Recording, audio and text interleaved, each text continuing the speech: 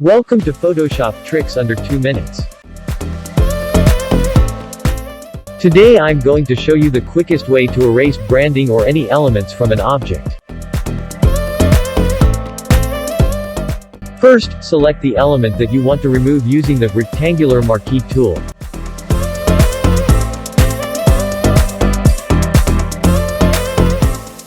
Next, select the patch tool.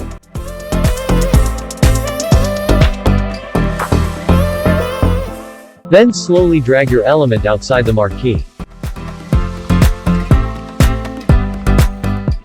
It is like when you drag your patch tool upwards, your element will go the opposite way.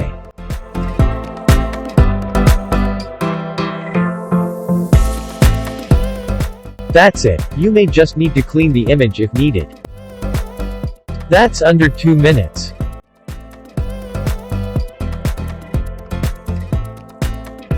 Please don't forget to like, share and subscribe to my channel.